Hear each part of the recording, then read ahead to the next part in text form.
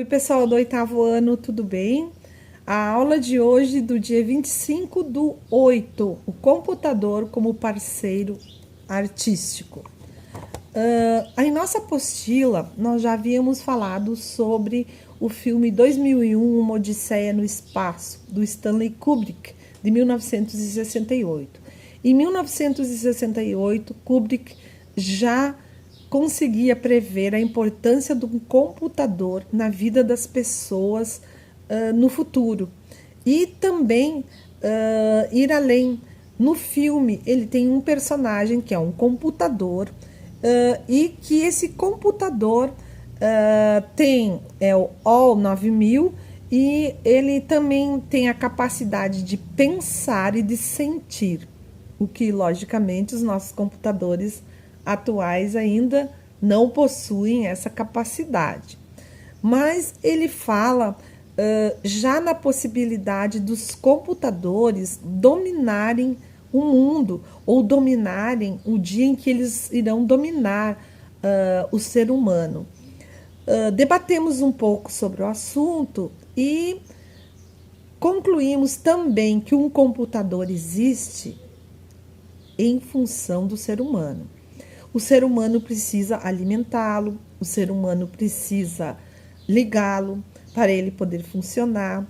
E se eu quiser colocar algumas informações, eu coloco algumas informações na memória do meu computador. E o meu computador vai fazer uma leitura de tudo aquilo que eu coloquei na memória dele. Falamos do Chico Science. O Chico Science é um músico brasileiro que ele fez muito sucesso na década de 1990 e que ele fala em suas músicas: artistas fazem dinheiro, computadores avançam, artistas pegam carona, cientistas criam um novo e artistas levam a fama. Quer dizer, ele já estava aí vendo a utilização do computador pelos artistas.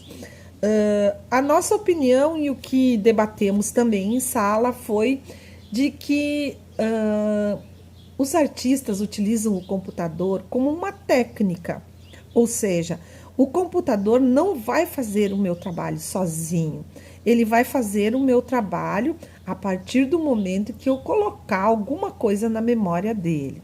E na apostila é citada a inteligência artificial. A inteligência artificial que foi colocada em um computador nos Estados Unidos, utilizando 346 obras do pintor Rembrandt. E esse computador foi capaz de fazer uma obra no mesmo estilo do Rembrandt, sem ter sido programada essa obra para ele fazer. Ele fez isso através dos algoritmos, ou seja, da inteligência artificial.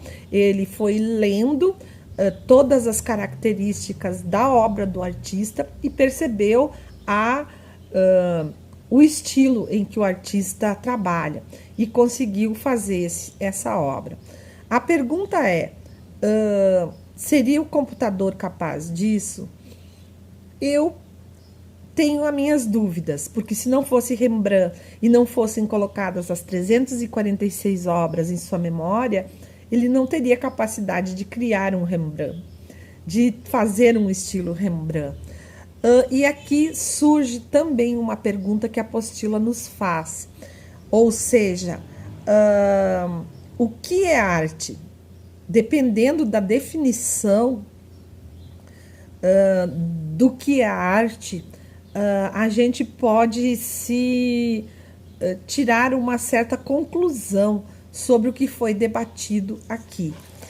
Mas a gente acredita, todos nós trabalhamos e percebemos também nos textos da apostila, que por mais que exista os algoritmos, por mais que exista a inteligência artificial, ainda dependemos do ser humano, a máquina depende do ser humano. O mais importante, o principal e o essencial em toda essa história é que, acima de tudo, está o ser humano. E sem esse ser humano, sem a alimentação desse ser humano para essa máquina, sem a utilização do próprio ser humano, seria máquina com máquina. Não haveria sentido, não faria sentido. Então, continuamos, somos seres humanos, continuamos importantes, continuamos trabalhando e continuamos utilizando, sim, a tecnologia a nosso benefício, porque é importante e porque nos traz benefícios, mas acima de tudo, continuamos humanos. A nossa aula prática foi sobre o desenho de um pôr de sol, nas cores do pôr do sol, com silhuetas pretas, desenvolvendo a percepção das cores em uma obra em que tivesse um quadro com tantas tonalidades diferentes.